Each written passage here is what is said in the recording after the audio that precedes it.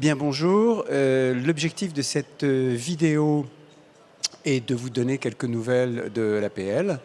Et les nouvelles sont bonnes.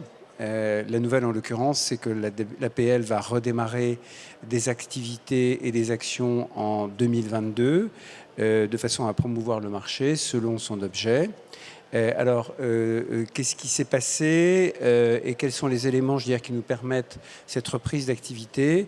Eh bien, c'est assez simple. En fait, l'initiative de la reprise des activités de l'APL vient de l'univers des spécialistes literie, en l'occurrence Maison de la Literie, Pierre Elmalek, mais aussi Wolf Stoppner, Grand Litier, Pierre Webel de France Literie et Michel Crespi de la Halle au Sommeil, qui se sont réunis juste avant l'Assemblée générale de l'APL, qui était début novembre, et qui se sont réunis pour se dire qu'il était très important que le marché de la literie, sur lequel les enjeux sont aujourd'hui majeurs pour le consommateur, on en parlera un peu plus tard, que le marché de la literie continue à pouvoir bénéficier de promotion, de présence à l'esprit auprès du consommateur, de façon à garder sa dynamique, mais également faire une certaine pédagogie au niveau du consommateur pour le préparer à l'achat de sa future literie.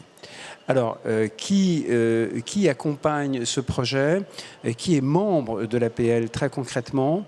Eh bien, les 4, évidemment, enseignes de spécialistes que je vous ai cités, donc je les redonne: Maison de la Literie, Halle au Sommeil, France Literie et Grand Litier, accompagnés par d'autres distributeurs qui sont, je dirais, qui ont des points communs en termes de fonctionnement, qui sont des généralistes ameublement, comme le Gramme, comme également Maxiam, mais aussi Mobilier de France. Nous devrions, j'espère, avoir d'autres membres traditionnels, enfin, je dirais ancestraux, de Maison de la Literie qui nous rejoignent très bientôt. Et nous avons évidemment des partenaires industriels qui sont dans cette nouvelle histoire. Les partenaires industriels sont André Renault, Tempur, également Thierry Literie. Nous avons pendant Esprit Meuble la bonne nouvelle que le groupe Adova nous rejoint, que le Sommeil français nous rejoint également.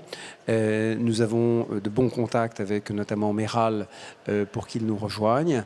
Nous avons également l'entreprise Jacquard, Laurent Dumanois, qui est avec nous.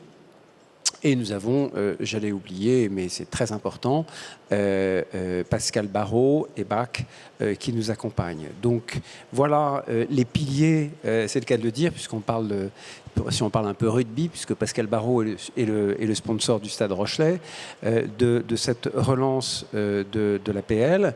Alors cette relance va promouvoir essentiellement un sujet qui tourne autour de l'humain dans le magasin, c'est-à-dire tout ce qui est l'expertise, le conseil, et tout ce qui est, je dirais, dans le discours que les vendeurs sont amenés à avoir avec un consommateur.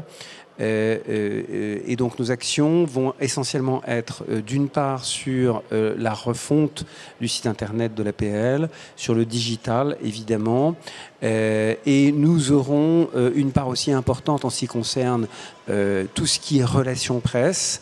Je tâcherai d'être le monsieur Literie capable de s'exprimer au nom de l'association pour lister l'ensemble, je dirais, des actions que l'on fera, et aussi transmettre tous les aspects, je dirais, d'information, de pédagogie auprès du consommateur via la presse pour faire cette promotion.